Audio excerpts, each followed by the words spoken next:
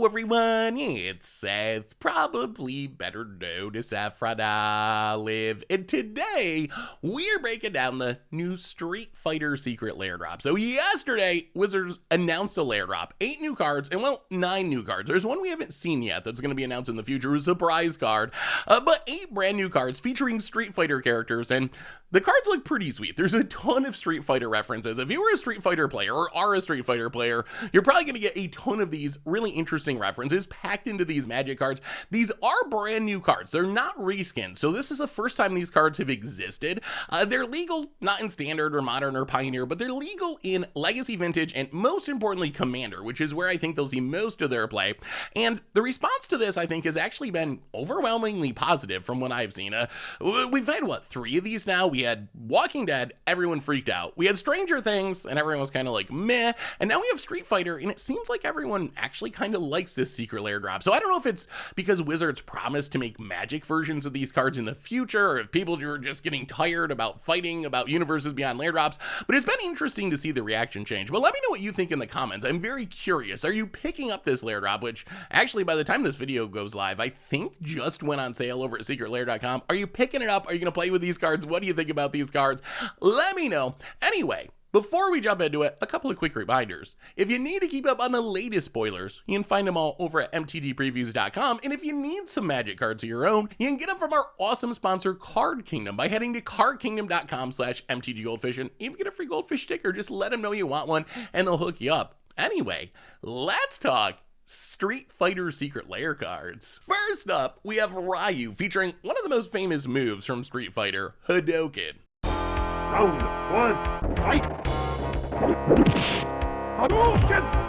So in the world of Magic, Ryu is Ryu World Warrior, a 3-mana 2/4 white legend, and commander purpose is actually Boros, thanks to Hadouken being a red move. It has training, and Hadouken is 5 mana plus untapping it and discarding a card to have Ryu deal damage equal to its power to any target, and if you deal excess damage to a creature this way, you get to draw a card. So that last ability is pretty interesting. 5 mana is a lot. Like, that is a bit of a drawback, although it is nice that Ryu does work well with itself. You can grow it through training, and then that lets you shoot down bigger things with Hadouken. Also worth mentioning that you can do this in combat. You can like attack and before blocks are declared, pay 5 and untap Ryu to shoot down something, and maybe you get to draw some cards. The ability, it looks like you could combo with it. We've seen similar-ish cards like Hate Flayer in the past be combo pieces. Ryu's a lot harder to combo with than something like Hate Flayer for 2 reasons. One is the ability is way more expensive. 5 mana versus 3 mana on Hate Flayer is a pretty big deal. Secondly, discarding a card makes it hard to go infinite untap shenanigans, although it is theoretically possible if you can, like, okay, get down Zerda to reduce the cost on Ryu's Hadouken ability to 3 mana, and then put a Paradise Mantle on Ryu so you can tap it for a mana, and then play Nyx Bloom Ancient. So when you tap it for a mana, you're actually making 3 mana. That would give you a Ryu that could tap for 3 mana and untap for 3 mana to deal damage to whatever equal to its power. The only problem is you're probably going to run out of cards. I guess you could snipe down all the creatures if your Ryu was big enough, but if you add a Curiosity to the mix, then you get to just shoot down the entire table. So definitely not easy to go infinite with, but theoretically possible, but really, I mean, a pretty sweet card nonetheless. We also got kind of the inverted version of Ryu in Ken Burning Brawler, featuring, of course, prowess and the Shuriken ability. Round 1, fight! Shoryuken! Shoryuken! Shoryuken! Shoryuken! So, Magic Ken is a 3 mana 4/2 human warrior with prowess. You can pay a Boros mana to give it first strike, which is kind of cute, so you can play Ken and Ryu together in the same deck since they're both Boros. And then its Shuriken ability lets you cast a sorcery spell from your hand with mana value less than or equal to the damage Ken deals when it deals combat damage. And it's worth mentioning here, it doesn't say combat damage to a player, you just gotta deal combat damage to something. So even if your opponent blocks your Ken, you're still gonna get to cast a spell from your hand for free, which is an inherently a powerful effect. Of course, it's limited only to sorceries, but even with that in mind, I think that Ken is actually potentially a really strong card. So as I mentioned before, It's cute, the kind of like inverted mirroring of Ken and Ryu that definitely makes sense in the Street Fighter world. This is another card that lets you cast no mana value spells, so keep that in mind if you want to Wheel of Fate or Restore Balance or Crashing Footfall. Ken's going to let you cast them for free with dealing any amount of combat damage. Also works pretty sneakily well with extra combat effects, especially if you can do a little Voltroning, pump Ken a bit. I imagine you just like put some equipment on Ken to make it big, and then you attack, and then you cast a Relentless Assault for free, and then you attack again, and you cast a Wave of Aggressions for free, or whatever, and try to chain stuff together. So a pretty spicy Voltron commander works really well with equipment, and if you can keep getting in attacks with it, can be very powerful, especially since, as I mentioned before, you don't actually have to hit your opponent with Ken to get value out of it. Next up, we got everyone's favorite sumo wrestler, E.Honda. Round one, fight!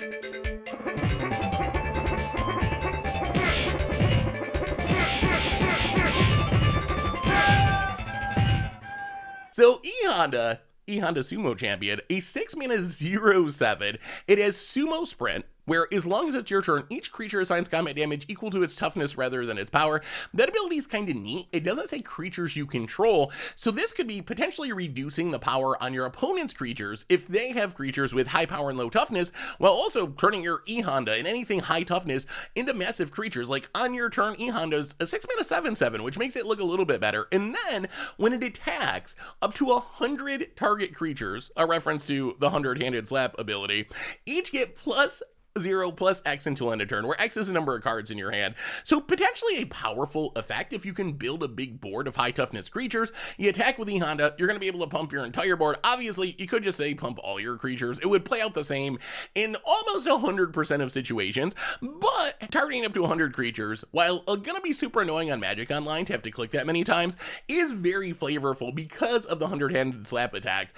So as far as E.Honda is a Magic card, we've seen similar legends that care about toughness rather than power. Arcades specifically cares about walls. Doran kind of does what E.Honda does, but it's only 3 mana. So I think that from a spiky perspective in Commander, E.Honda probably just like worse Doran or whatever, but I do think it can be a powerful card. White does have a lot of high toughness creatures, and I've seen some people be like, well, E.Honda's pump ability probably won't be very good because you're in mono white, and mono white, you know, always empty-handed, blah, blah, blah, mono white memes in Commander. But really, when you think about E.Honda, it just cares about having any cards in your hand, and white's actually really good at filling its hand with lands, with like Land Tax and Cartographer's Hawk and Gift of Estates and Archaeomancer. So it doesn't seem that hard to me if you actually build like a mono white commander deck around E.Honda to have that ability be giving +7/+7 each turn or something, which is actually kind of insane. So if you want to build mono white butts, mono white toughness matters, E.Honda's actually a really sweet option, although I think in general playing Doran or another multicolor toughness matters commander is going to be more powerful. Next up, we have Chun-Li Countless Kicks with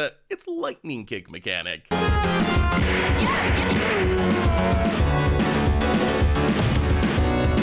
So Chun-Li in Magic, a 3-mana 3/3 Azorius human soldier. It has multi-kicker, of course, perfect mechanic for Chun-Li. When it enters the battlefield, exile up to X target instant cards from your graveyard, where X is the number of times Chun-Li was kicked, and then put a kick counter on each of them. And then when it attacks, you can use the lightning kick ability to copy each of the exiled cards with a kick counter, and you can cast those copies. So Chun-Li, I think, is actually a fairly powerful effect. It's only 3 mana, and then if you can cast it for 6 mana, 7 mana, you're going to be able to exile some instants to cast in the future. So I imagine if you actually build around Chun-Li, you kind of just want to protect it and give it haste, something like Lightning Greaves, and then just be a Spellslinger deck. Play as many instants as possible, Brainstorms and Swords to Plowshares and Cyclonic Rift and a Chrome as well, and you can generate a lot of value from this Lightning Kick ability, being able to recast those cards each turn, like Brainstorming each turn, killing something with Swords, bouncing something with Cyclonic Rift, protecting your team with a Chrome as well.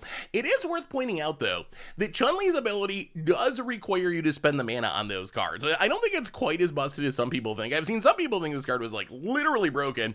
I don't think it's literally broken because, as I mentioned, you got to spend the mana. You do get to copy them, but you still got to spend the mana to cast them. So every Brainstorm's a mana, Chroma Will's 4 mana, etc., etc., etc. So this isn't like some busted free spell commander, but still, if you can protect this and keep getting in hits with it, or kicks with it, let's say, you are going to generate a lot of value. And it is worth mentioning that the cards exiled with kick counters counters are going to stay in exile even if Chun-Li goes away. So if you cast Chun-Li and exile some stuff and your opponents kill it, you can cast it again the next time and you can still copy all the stuff you exiled with your first version of Chun-Li when it attacks. So it is a pretty powerful effect, but not free spell broken powerful. Next up, we have Blanca, featuring two of Blanca's most famous moves, Rolling Attack and Electric Thunder.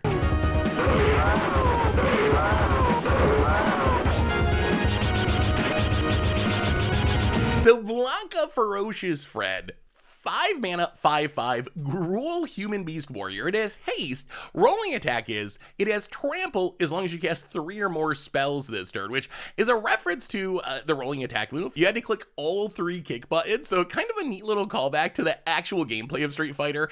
And then Electric Thunder, whenever Blanca becomes a target of a spell, he gets +2/+2 until end of turn and deals 2 damage to each opponent.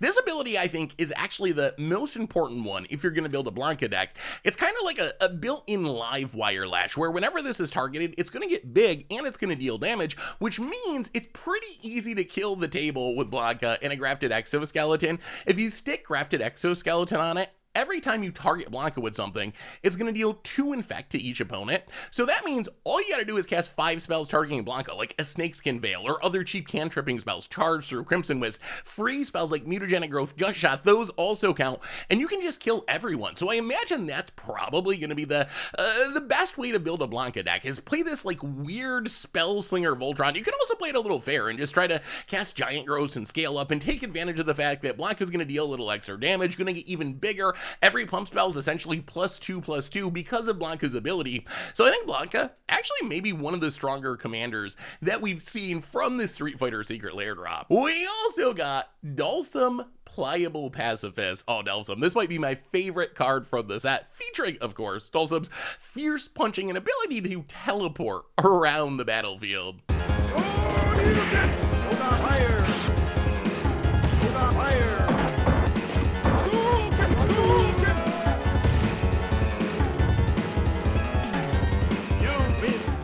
So Dolphin, Pliable Pacifist, a 4 mana Selesnya 1/3 human monk. What makes this card so exciting is it's the first ever Reach Matters commander. It has Reach, it has Teleport, so it has Hexproof unless it's attacking, and whenever a creature you control with Reach attacks, you can untap it and it can't be blocked by creatures with greater power this combat. And then it has Fierce Punch, where whenever one or more creatures you control deal combat damage to a player, you draw a card. So Dolphin just wants you to play a bunch of Reach creatures in your deck, and it's going to massively power it up. In a commander game, which I think is where all these cards, if they see play, that's where they're going to see play. They're not going to see play in constructed formats.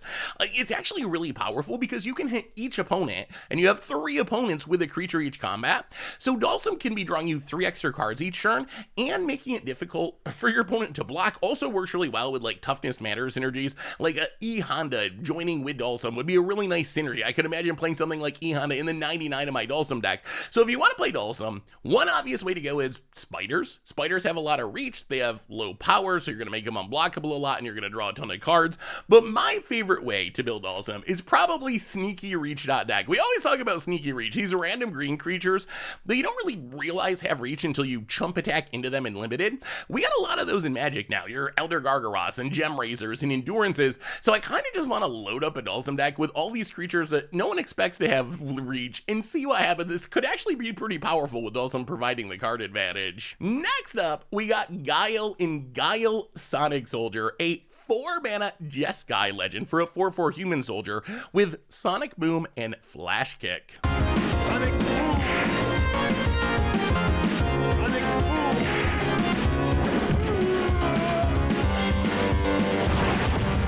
You win! So I think the most interesting part about Guile is its ability. Whenever it enters the battlefield or attacks, you put a charge counter on him and remove one from him. And then when we remove a counter, you can either Sonic Boom to deal 4 damage to any target, or Flash Kick to make it lifelinking and indestructible until end of turn. So that first ability, getting charge counters, is actually a pretty sweet callback to how Guile actually played in Street Fighter. It was a character that you charge up to the point where it was kind of the blueprint for charge characters in fighting games. This was kind of the original. As far as actually playing with Guile, I think it's more of a janky build around than a super strong commander. There are a few ways to take advantage of charge counters, but really not a ton. You can, I don't know, remove charge counters to Eon Storm to deal a couple damage, or maybe try to like move them around onto Lux Cannons or Magistrate Scepters, but I think Guile, mostly just a sweet flavor card with some really sweet moves, rather than a super powerful card. Finally, we got the biggest, baddest, muscliest of all the Street Fighter characters in Zangief.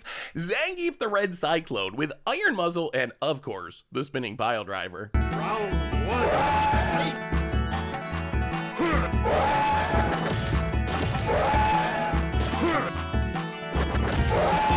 Zangief, 5 mana 7/4. It must be block if able. It's a human warrior in the Jund colors, by the way. It has Iron Muzzle, so as long as it's your turn, it's indestructible. And then it has Spinning Pile Driver, where when it deals damage to a creature, if that creature was dealt excess damage this turn, the creature's controller has to sacrifice a non-creature, non-land permanent. So Zangief in the world of Magic, it reminds me very, very much of Zergo Helm Smasher, kind of a Jund version of Zergo. It's really big. It wants to be brawling in combat every turn. It does things when creatures try to block it and you manage to kill them with your huge muchly Zangief. So I think you probably play it similarly. I don't know if Zangief is better than Zergo. Zergo having haste is actually kind of a big deal, but if you just want to play like a huge Voltron-y commander that's hard to deal with because it's going to be indestructible during your turn when it's attacking, and load it up with World Slayers, or oh my god, that's so brutal, or Blackblade Reforge, also works really well with sweepers. Like, because Zangief is going to be indestructible, you can Blasphemous Act to kill your opponent's board and get in a huge attack, or cast a Damnation or whatever. So I think there's definitely ways to build around it, but Zangief, it reminds me a lot of Zergo, but with a little bit of Street Fighter flavor mixed in. Anyway, that is the Street Fighter Secret Lair drop. Secret Lair X Street Fighter going on sale now. I think by the time this video goes up, it is already for sale for $40 over at secretlair.com. So I don't know, what do you think? I'm very interested what people's opinions are on this Secret Lair drop. So far we've had, what, 3 of these Secret Lair X or Universes Beyond style Secret Lair drops, where the first one was Walking Dead, one of the biggest freakouts that I remember in the Magic community. Everyone hated it. Then we got Stranger Things, and it was kind of like a meh reaction that no one really cared. And now we got Street Fighter, and it seems like overall the reaction is really, really positive, and people are hyped for these cards. But I'm curious what you think. Are you buying the Secret Lair drop? Which of these cards are you most excited to build around, if any at all? Let me know in the comments. Are there any other sweet Street Fighter references hidden in these cards that I missed? Let me know about that as well. Thanks for watching, everyone. I hope you all enjoyed it, and I will talk to you soon.